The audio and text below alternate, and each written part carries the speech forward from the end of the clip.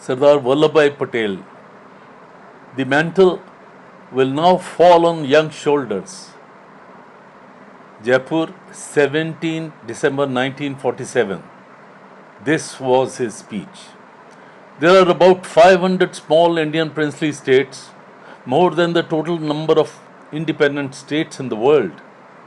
The former alien rulers of India preserved them like pickles. But now, paramountcy has gone, foreign rule has gone, and India has become free. But we have not yet breathed the real air of freedom. So many people do not know that we have got Swaraj, though we know that the foreign rule is gone. People do not yet have the taste of it. They do not know whether we have gained anything from it. We must make them realize the difference between foreign rule and Swaraj.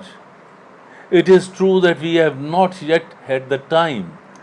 During the short time that has elapsed, we have had, due to our misfortune, communal riots, troubles. The poison of hatred generated by the League gripped us.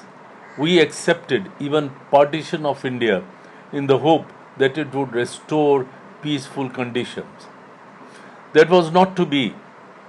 If we had not been hit by this catastrophe, we would have been much better off.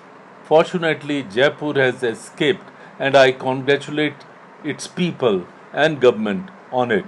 The model which you have placed before the world is one which your people can be proud of. But what about the future? We will not stand still. We have to march forward. I am confident that it will not be necessary for me or you to ask for responsible government from the Jaipur Maharaja. Whatever you want, you are sure to get. Maharaja of Jaipur and his advisors have worked together with us in unifying India.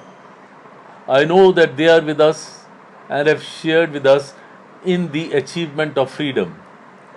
In every state, people demand responsible government. There is no doubt about it.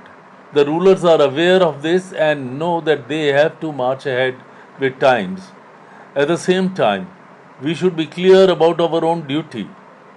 It is our right to take over the government for them, but if we cannot improve upon and provide better administration, what is the advantage? The Congress has not demanded power for the sake of power, but for the sake of service. If you have narrow ideas like Sikhistan, Jatistan, Rajasthan, I should like to say that the world of today is different.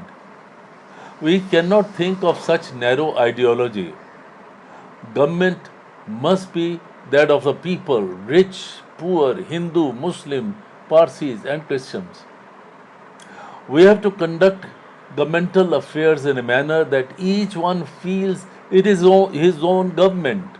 Times are such that the government is of those who exert and not of those who sit idle. You should be certain how and for what purpose you have the power, you use the power. We have to utilize power for the welfare of downtrodden.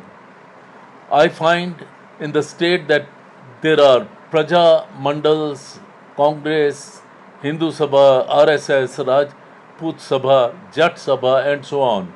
This will not do. You have to yet get together and work together. You have expressed the hope that Hyderabad shall also join the Indian Union within 1 year. I have no doubt it will. It will realize that its interests demand it. The people demand self-government in Hyderabad. They have a right to do so. How can Hyderabad remain isolated? It will come of its own accord. Muslims demand parity when Hindus are 85% and Muslims 15%. Responsible people should not talk like this. Some say that we have connections with Pakistan. If that is so, they will have to bear the consequences. Kashmir is a different problem. The Pakistan government is saying that the tribesmen have come infuriated and are attacking, looting, etc. But everyone knows it is not the work of merely raiders. There can be no doubt there are some regular troops armed with automatic weapons. It is our duty to stand by the Kashmir, and we will discharge our duty. India will not desert Kashmir, even if we have to struggle, even if the struggle goes on for 10 years. But ultimately, it will be for the people of Kashmir to decide their own fate, and this can possibly be done only when the last raider has left the state. This is therefore no cause to worry. But the people of Jaipur can assist government of India by spreading the message that there should be no trouble elsewhere. I have received complaints against the RSS. If so many complaints are received, some should realize that there must be something wrong. I appreciate the enthusiasm of young people, young men, but they should be diverted into constructive channels. There is a great deal to be done to make every Indian militarily strong. Very substantial industrial effort must back the army. All that cannot be achieved by lathis which are being used for breaking the heads of handful of Muslims. There is no point in your hoping to get Pakistan back into the Indian Union. It will come of its own accord, and we should therefore let the Pakistan remain as they are. I am certain that whether they grow strong or weak, ultimately it will be better for us to get them back when they themselves feel like doing so. A strong army requires strong support in the matter of supply and food. The people have, therefore, to husband their resources, and for that purpose they must forget their quarrels. We old men, old people, have completed our mission. India has secured her freedom. The mantle will now fall on young shoulders, and they should be ready to undertake it.